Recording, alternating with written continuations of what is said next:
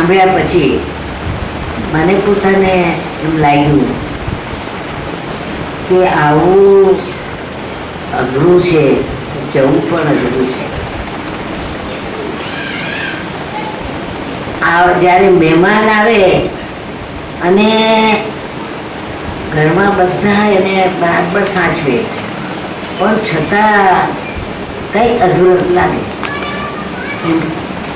બાળક આવે જ્યારે દાખલ થવા ત્યારે ઉત્સાહમાં એકદમ એનો અનેક કલ્પનાઓ હોય, અનેક વિચારો હોય કે હું આમ કરીશ ને આવી રીતે ભણીશ ને.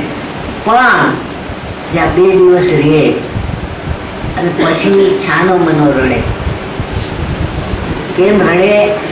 અરે માં યાદ આવી, પપ્પા યાદ આવ્યા, બાપા યાદ આવ્યા, ગુણ યાદ આવી, ભાઈ યાદ આવ્યા, મારું ગામ યાદ આવ્યું, ખાવાનો રોટલો યાદ આવ્યો.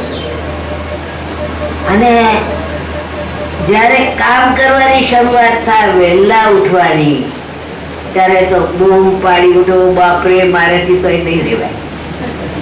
આવું વહેલું ઉઠવાનું, મને તો મારે ઘેર 8 વાગે ઉઠવું તો કોઈ ઉઠાડે નહીં.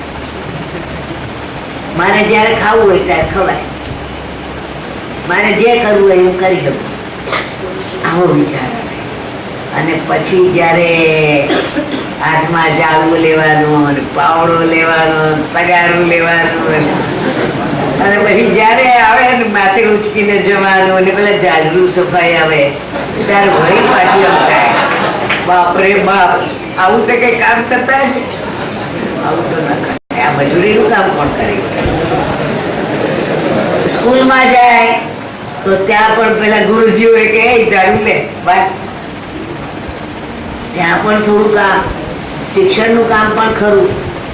આ સાંજે થોડી વાર રમાડે એટલે બહુ મજા આવી જાય પાછી.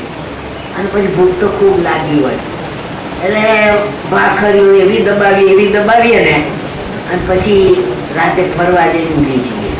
પણ અઠવાડિયું તો માથાનો દુખાવો થઈ જાય આવવામાં, રેવાશે નહીં રેવાય આવું થશે. જ્યારે જવાનો સમય આવશે ત્યારે એમ થશે કે અહીંથી ન જવાય તો સારું. આંખમાં આંસુ આવશે. મિત્રો દ્વારા બધાને માટે એમ થશે, અરે આવા સરસ મિત્રો મળ્યા, આવી મજાની બહેનો મળી, આવા સરસ ગુરુજીઓ મળ્યા. અને આવું સરસ એક જ્યાં ઝાડવા પણ આપણને આવકારે, એ પણ વિદાય આપે, અને આવ્યા સરસ વાતાવરણમાંથી જવાનું એ ગમે. ત્યારે આંસુ પડે. આવવાના અને જવાના એ 2 રસ્તા જુદા, પણ એની જે વચ્ચેનો ગાળો છે એ ગાળો એટલો ભયંકર ગાળો છે. એમાં આ દિનેશભાઈ આજે હાથ દીવડા કરાવ્યા, બધા વાલીને કરાવ્યો અને અમને કરાવ્યું, બધા કરાવ્યું. હાથ દીવડા કેમ કરાવ્યા? હાથનો શું અર્થ?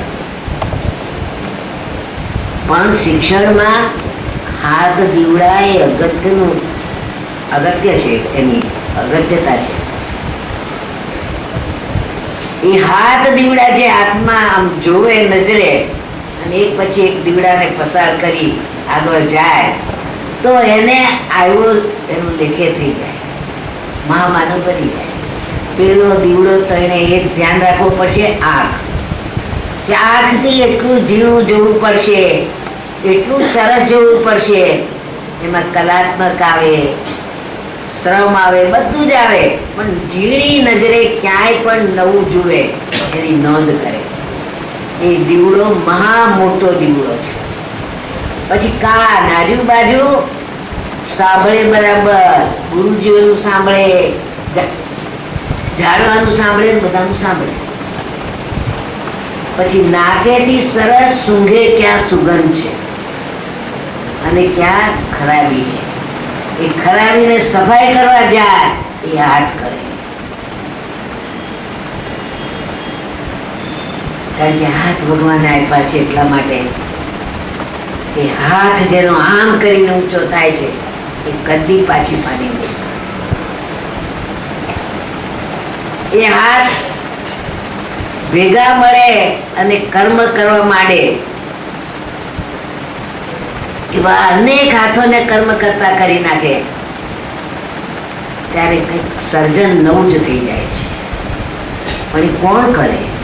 આ દીવડા, આંખ, કાન, નાક અને મોઢું, પેલો જીવડી આપણી છે ને એવી ભયંકર છે, લવ લવ કર્યા કરે.